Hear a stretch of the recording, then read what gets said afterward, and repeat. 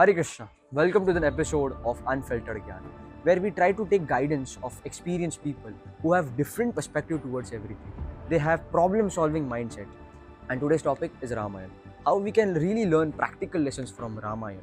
So today's our guest is His Grace Bhupati Prabhu. So Prabhuji is practicing Bhakti Yoga from last 3 decades, and he is an amazing youth guide.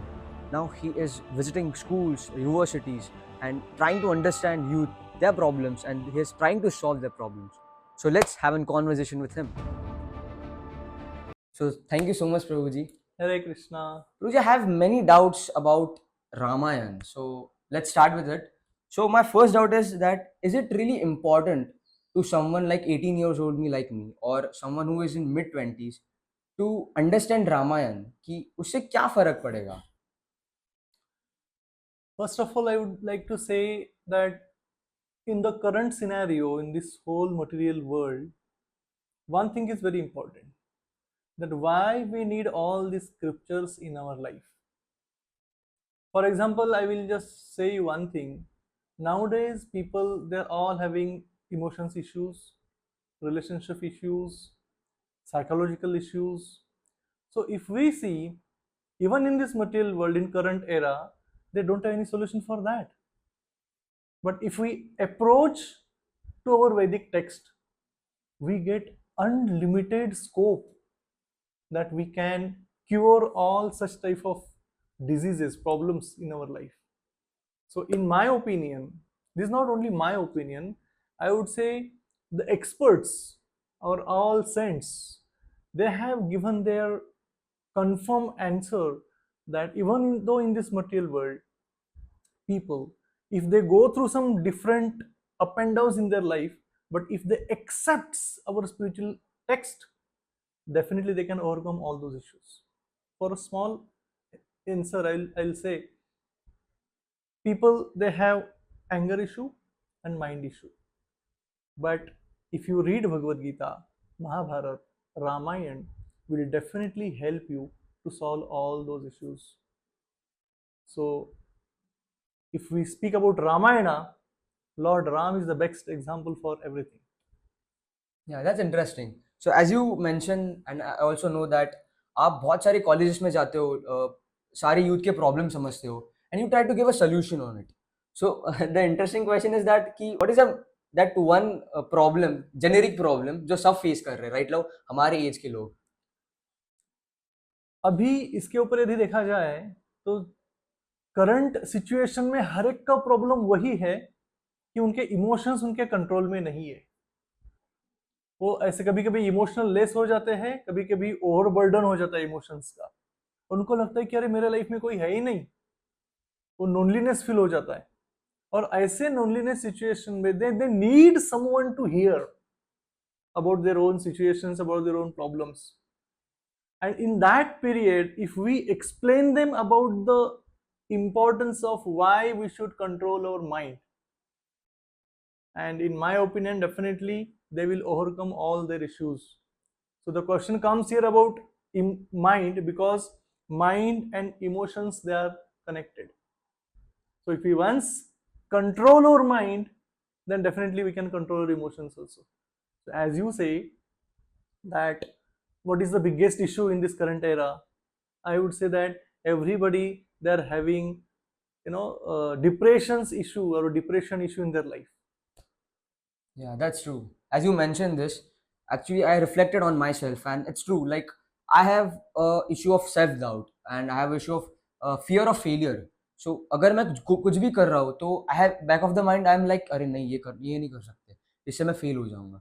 So how can I learn, or if someone like me want to overcome this, how can a person learn from Ramayana and overcome this? I'll show you one small lesson from Ramayana. One lesson is there in Ramayana, that the power of association. And if you go in the story of Ramayana, you will find out, you know the story about Kaikeyi and Manthara. Story ऐसे आती है कि जब प्रभु रामचंद्र जी का राज्याभिषेक होने वाला है तो सभी अयोध्या में सब लोग खुश है, सब लोग खुशियां मना रहे हैं. और उसमें मंथरा जब कैकेयी के पास जाती है और कैकेयी को कहती है कि अरे आपको पता है कल क्या होने वाला है, कई कई कहती है कि मुझे पता नहीं कल क्या होने वाला है। तो मंथरा बताती है कल प्रभु रामचंद्र जी का राज्याभिषेक है, he will be coronated tomorrow and he will be the king of the Ayodhya. और जैसे ही कैकेयी सुनती इतनी खुश हो जाती है, वो अपने गले का हार निकालकर मंथरा को गिफ्ट करके दे देती है।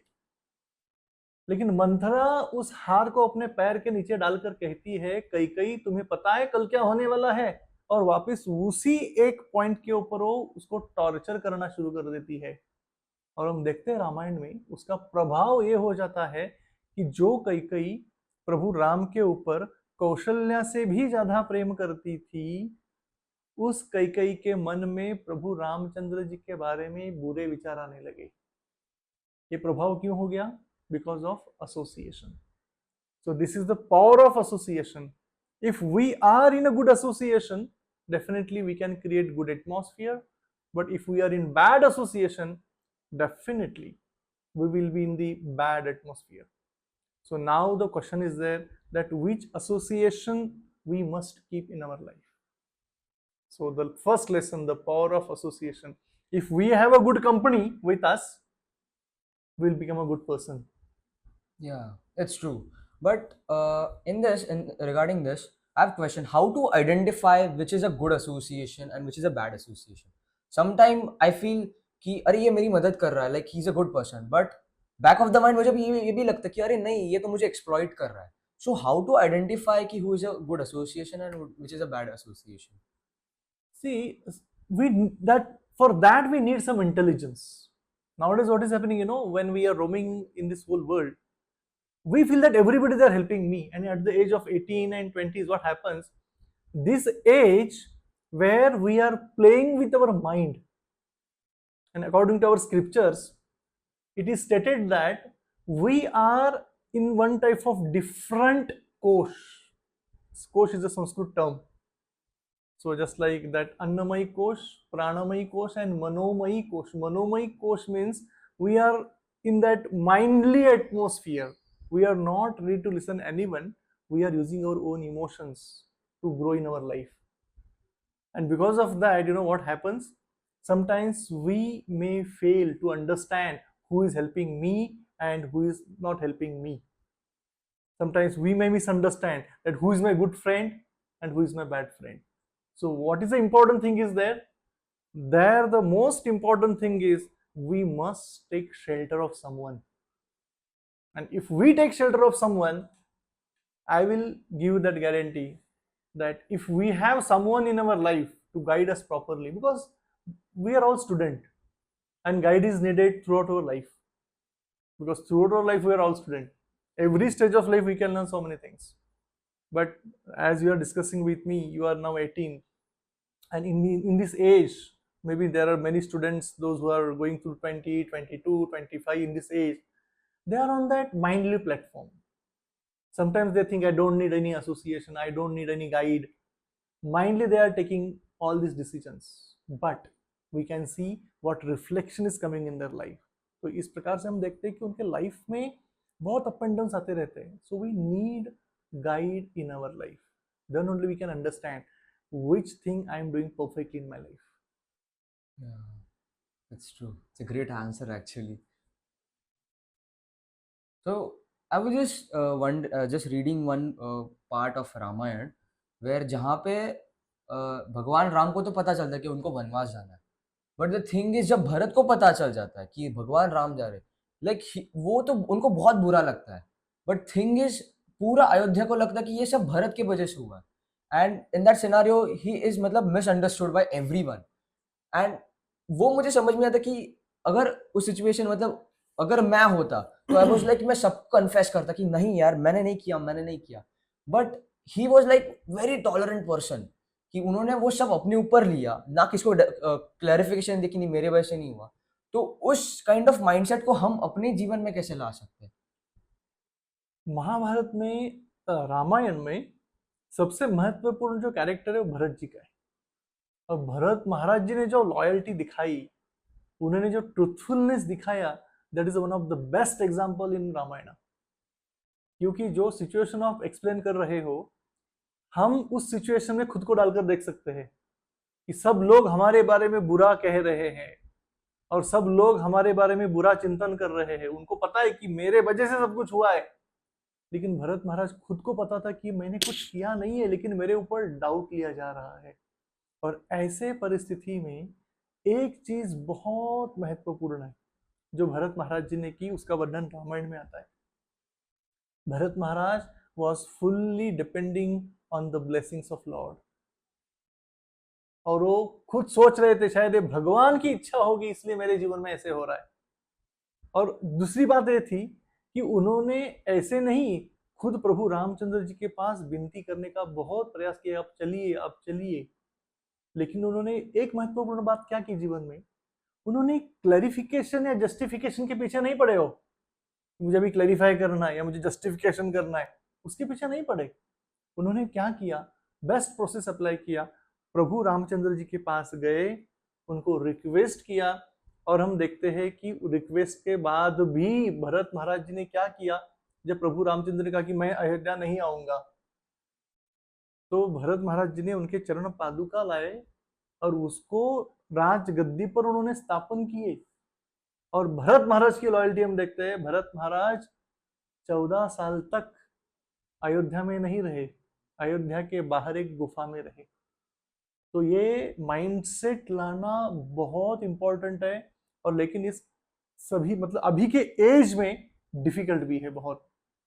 लेकिन if we are properly trained by someone, if we are in that good association, if we are in that good environment, then only we can bring such type of mentality, such type of thoughts in our life.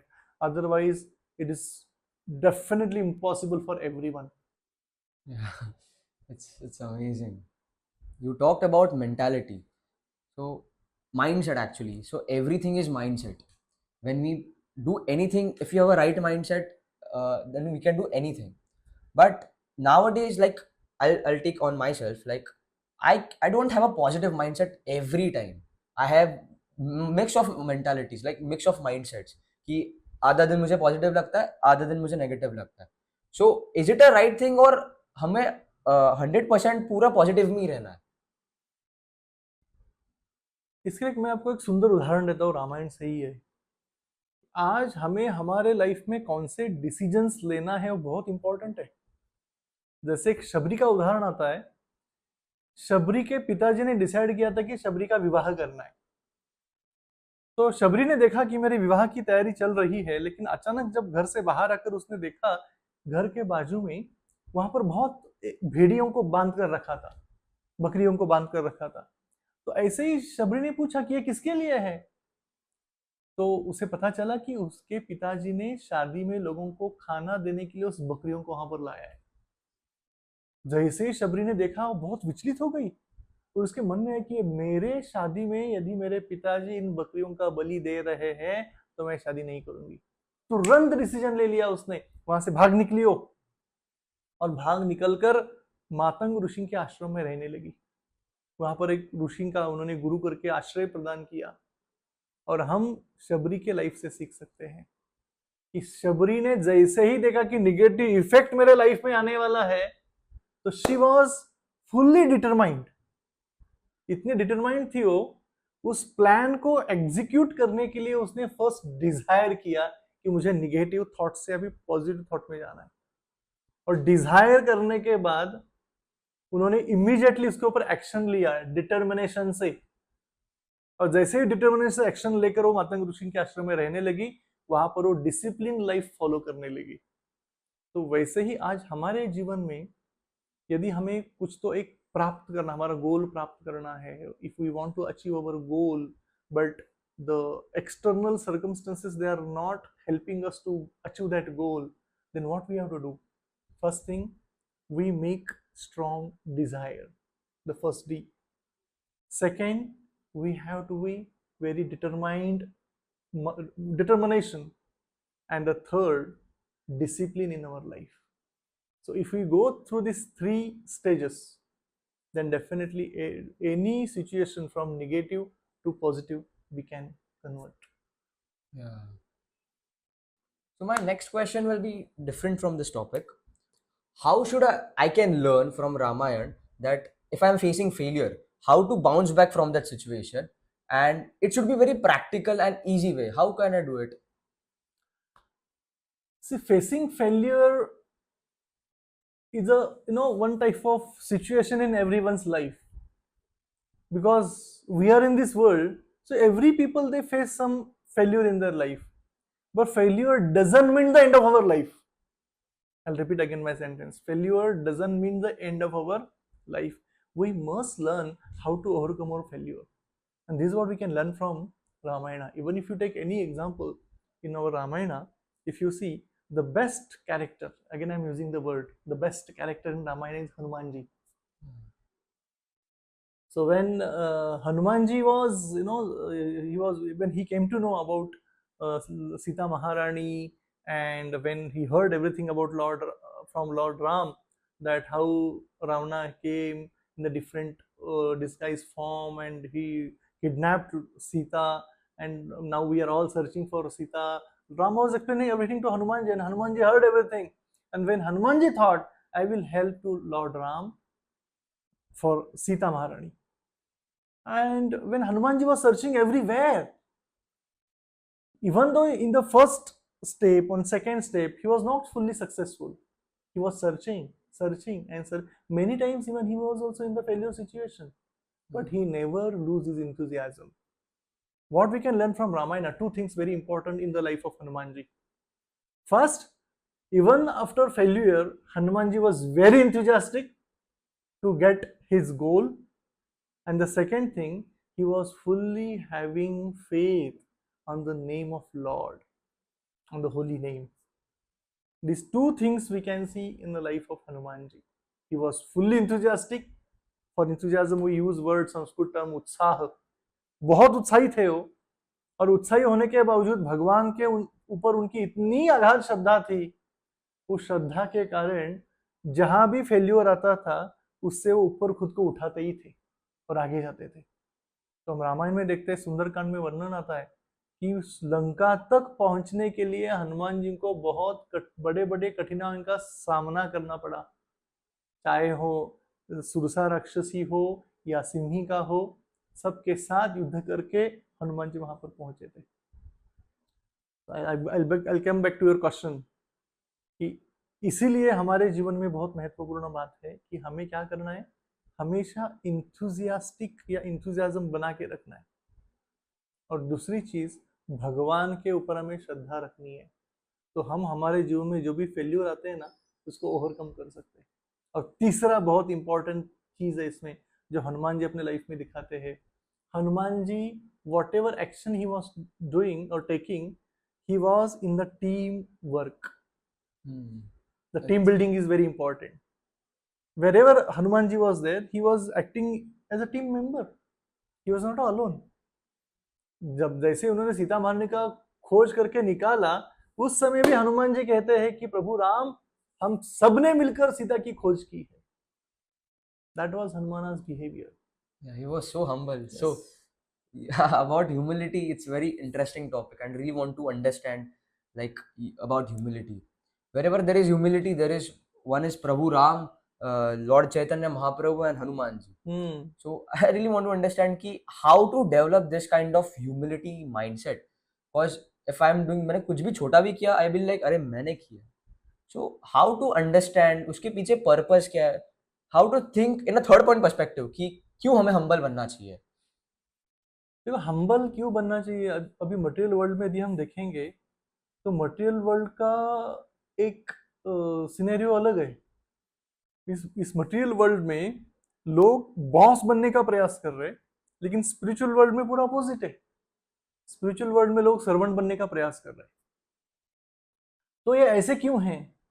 क्योंकि इसका वर्णन हम देखते हैं शास्त्रों में, खुद गीता में ही भगवान बताते हैं, या रामायण में देखते हैं, महाभारत में हम देखते हैं, ऐसे बड़े बड़े लोग होकर चले गए, लेकिन भगवान के सामने वो टिक नहीं सके. लेकिन जो भगवान के सामने हम्बल मूड में था, एक नम्र भाव में था, उसने बहुत कुछ करके दिखाया. तो हम हनुमान जी का उदाहरण देखते हैं, he was having so much power but always in a humble mood. और इसलिए एक बहुत सुंदर फ्रेज आता है हिंदी में, कहते हैं ना कि दुर्योधन का भोग न खायो रूखे शाख विदुर घर खायो. विदुर जी कौन थे? He was a simple person, not having so much money, wealth, nothing. But Duryodhana was a king. He prepared feast for Lord Krishna. लेकिन भगवान श्री कृष्ण उसको ठुकरा दिया क्योंकि प्रेम नहीं था उसमें, नम्रता नहीं थी. तो इसीलिए यही एक डिफरेंस है कि मटेरियल वर्ल्ड में लोग खुद को बड़ा बनने का प्रयास कर रहे हैं, लेकिन स्पिरिचुअल वर्ल्ड में व्यक्ति खुद को सर्वेंट भावना में रखना चाहता है. और जितना सर्वेंट भावना में रखना चाहता है उतना ही वो भगवान की आंखों में बहुत प्रिय बन जाता है. तो ये अलग एक, कहते हैं ना कि मैथमेटिक्स अलग है स्पिरिचुअल वर्ल्ड का और मटेरियल वर्ल्ड का अलग है. तो ये समझना बहुत इंपॉर्टेंट है कि जब तक हम स्पिरिचुअल वर्ल्ड में छोटे नहीं होते तब तक भगवान की कृपा नहीं मिलती. और हम मटेरियल वर्ल्ड में कितना भी बड़ा क्यों ना हो जाए, हम देखते हैं उसका इफेक्ट क्या हो. जैसे हिटलर हो, नेपोलियन हो, who were they? Great king once upon a time. Napoleon used to say the France is a Napoleon and Napoleon is a France. Now France is there, where is a Napoleon? You can take the example of Hitler. What happened in once upon a time? He was a great king. What happened after many years in his own life? If we see all these examples, one more example I just wanted to share. One person used to say there is no Ali greater than Muhammad Ali. And when he become old in his own age, in his own life, उसे Parkinson's disease हो गया कि वो एक छोटा चाय का cup भी नहीं उठा सकता था. तो ऐसी सिचुएशन है. तो जितना भी मटेरियल वर्ल्ड में हम बड़ा होने का प्रयास करेंगे, हमें एक दिन नीचे आना ही है. लेकिन स्पिरिचुअल वर्ल्ड का मैथमेटिक्स क्या है? हमें छोटा ही रहना है, नम्र रहना है. नम्र रहेंगे तो भगवान की कृपा प्राप्त करेंगे. इसीलिए हम देखते हैं रामायण का उदाहरण, जो गिलोरी थी, जिसे हम क्या कहते हैं? स्क्विरल. प्रभु रामचंद्र उसको भी स्वीकार करते हैं, उसकी सेवा भी स्वीकार करते हैं. That's great. जैसे आपने कहा कि हमें बॉस बनना है. So basically this boss mentality जो है वो ईगो से आता है.